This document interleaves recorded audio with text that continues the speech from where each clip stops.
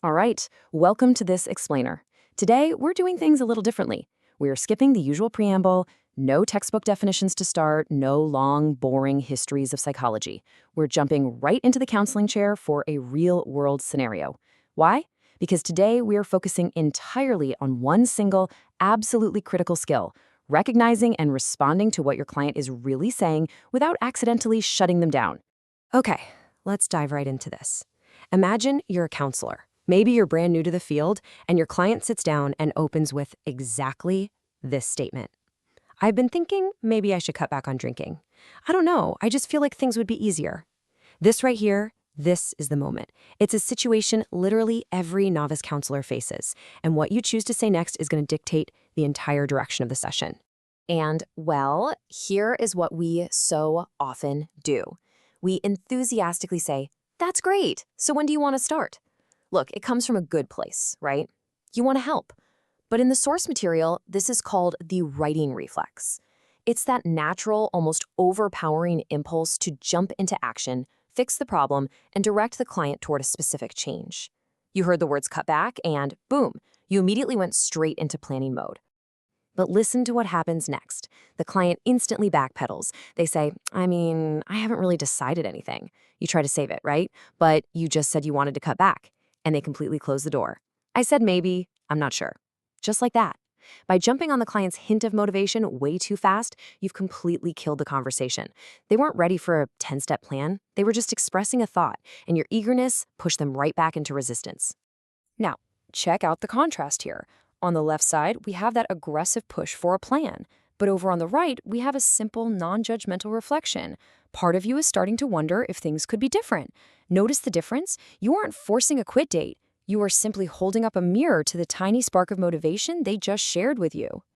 So let's actually replay that exact same scenario from scene 1, but this time you use that reflection instead of pushing. The client says they're thinking of cutting back, and you just calmly reflect back.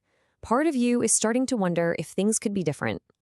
And look at the client's response now. Yeah, like I'd probably sleep better, and my wife wouldn't be on my case as much. See, by stepping back and using a reflective approach, the client opens up. They don't get defensive at all.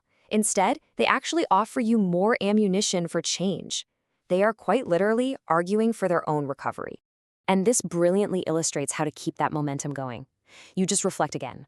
So there are a couple of reasons pulling at you: your sleep, your relationship, and the client agrees. Yeah, those are the big ones.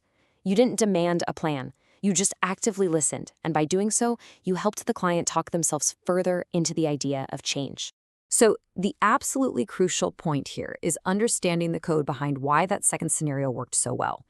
The counselor recognized and nurtured what we call change talk.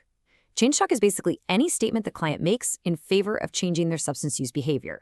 It's the exact opposite of sustain talk, which is when they argue for the status quo. If your goal is to help a client, your primary job, your main mission, is to evoke and reflect this change talk. But what does change talk actually sound like in the wild? Well, the source material breaks this down into an incredibly useful framework called DARN-CAT. Let's break down the first half of this acronym, DARN. This is what we call preparatory change talk. D is for desire, I want to.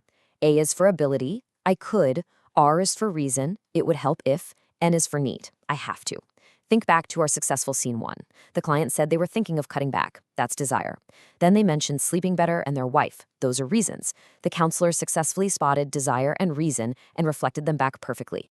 Now let's see how this builds with the second half of the acronym, CAT. This is mobilizing change talk.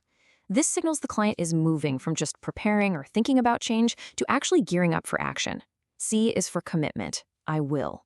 A is for activation, I'm ready to. And T is for taking steps, I already did this. When you start hearing CAT statements, it means the client's ambivalence is dropping and their resolve is really solidifying.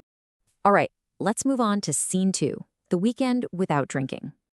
Now that you know the code, let's put you to the test in our second real-world scenario. The client sits down and gives you this opening statement. I actually didn't drink last weekend, first time in a while. I want you to pause for just a second here. Look at that statement. Which specific part of the DARN-CAT framework did you just hear? Is it desire? Is it a reason? If you guessed taking steps, the T in CAT, you hit the nail on the head. The client already took an action. Now look at how we respond. On the left, we have the wrong response. Good. See? You can do it when you try. That might sound supportive to you, but it actually forces a conclusion the client might not be ready for. It triggers a defensive response. I guess it was just one weekend, though. But on the right side, the correct response simply reflects the action. You went a whole weekend without drinking. That's something you did. Because you just reflected their action without forcing some big label on it, the client spontaneously offers more. They say, yeah, I wanted to see if I could, and I could. Notice what just happened there? The client just voluntarily voiced their own ability, the A in darn. They are literally convincing themselves that they are capable of change. And you just keep that momentum rolling by reflecting that ability right back to them. You're finding out you have more control than you thought. The client responds, maybe. I mean, it felt okay, not as hard as I expected. This brilliantly illustrates how reflecting builds a client's self-efficacy, their underlying belief in their own capability, without triggering any resistance. You aren't cheerleading. You're just holding up the mirror to their own strength. Okay, let's look at scene 3, the doctor's visit. Let's see what real urgency sounds like. The client comes in, they're visibly shaken, and they deliver this intense statement. I have to do something. My doctor told me my liver numbers are bad. I'm going to try to stop. I mean, there is a whole lot packed into those 3 short sentences. Once again, I want you to put on your darn cat decoder ring. What exactly are we hearing here? Think about it. Actually, it's a bit of a mix. We are hearing need with I have to do something mixed with commitment in I'm going to try to stop. Now, notice the reaction on the left. The rating reflex is screaming at us to say, okay, let's make a plan right now. What's your quit date? But if you do that, the client gets completely overwhelmed. I don't know. I just found out today. I'm not sure I'm ready for all that. You've instantly killed the momentum. Instead, look at the right side. You validate and reflect. Your health is telling you something needs to change, and you're already thinking about stopping. Because you didn't force a quit date down their throat, the client suddenly has the space to process the very real fear that's driving their need. They tell you, yeah, it scared me. I didn't expect the numbers to be that bad. They are exploring their own intrinsic motivation now, rather than pushing back against your external pressure.